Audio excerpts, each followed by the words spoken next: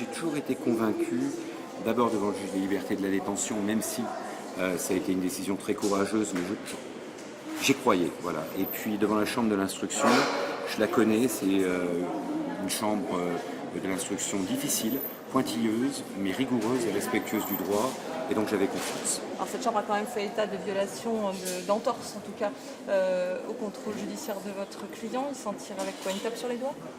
Mais vous comprenez qu'entre une entorse qui n'a aucune conséquence sur la manifestation de la vérité et une violation du contrôle judiciaire qui en a, il y a un monde d'écart. Je peux vous assurer que connaissant la chambre de l'instruction, si aujourd'hui ils avaient constaté de véritables violations du contrôle judiciaire du docteur Péchier, ils ne ressortaient pas libres de l'audience de la chambre de l'instruction.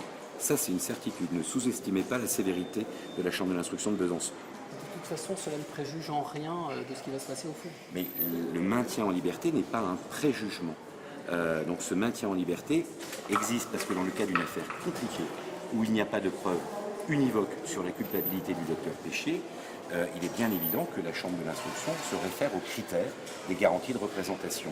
Et concernant ces critères, et en l'absence de manifestation et en l'absence de violation du contrôle judiciaire, il nous semblait évident que la chambre de l'instruction allait maintenir le contrôle judiciaire. Par contre, on ne sous-estime pas le fait que toute la campagne qu'il y a eu depuis 3 semaines dans la presse pour présenter des éléments à charge contre le docteur Péchier sans avoir de contradiction en défense, on ne sous-estime pas toutes les rumeurs et la pression populaire qu'il y a pu y avoir pour peser sur la chambre de l'instruction, et on ne sous-estime pas le courage des magistrats qui ont dû faire face à tout cela, ont dû mettre tout cela de côté pour se comporter effectivement comme de vrais magistrats en gardiens des libertés individuelles. C'est ce qu'ont fait nos magistrats de la Cour d'appel de Besançon, comme notre juge des libertés de la détention. En même temps, on peut penser que s'il y avait eu des éléments à charge vraiment accablants, votre client serait aujourd'hui placé en détention?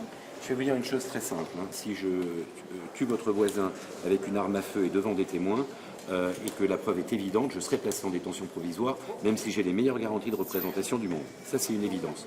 Le dossier là, je vous le dis, je vous le rappelle, présomption d'innocence, il faut être scrupuleux là-dessus. J'ai vu trop de journalistes digresser, jouer au petit procureur ou jouer déjà aux tribunaux ou aux cours d'assises.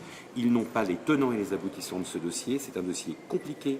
On parle de 24 cas, et sur ces 24 cas, on l'a toujours dit, nous ne reconnaissons qu'un empoisonnement, et pour le reste, nous parlons d'accident. Alors, la voie de la défense n'est pas une voie subsidiaire, ce n'est pas toujours le procureur de la République qui a la vérité, il peut se tromper, la police judiciaire peut se tromper, et c'est ce que nous disons dans cette affaire depuis 2 ans et demi.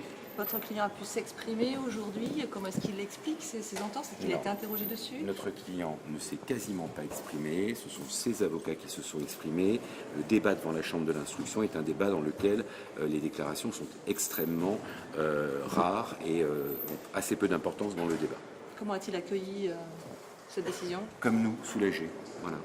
Comme nous, soulagés. Et puis, je pense qu'effectivement, il se dit que maintenant, sa vie a changé. Il ne sera plus jamais médecin.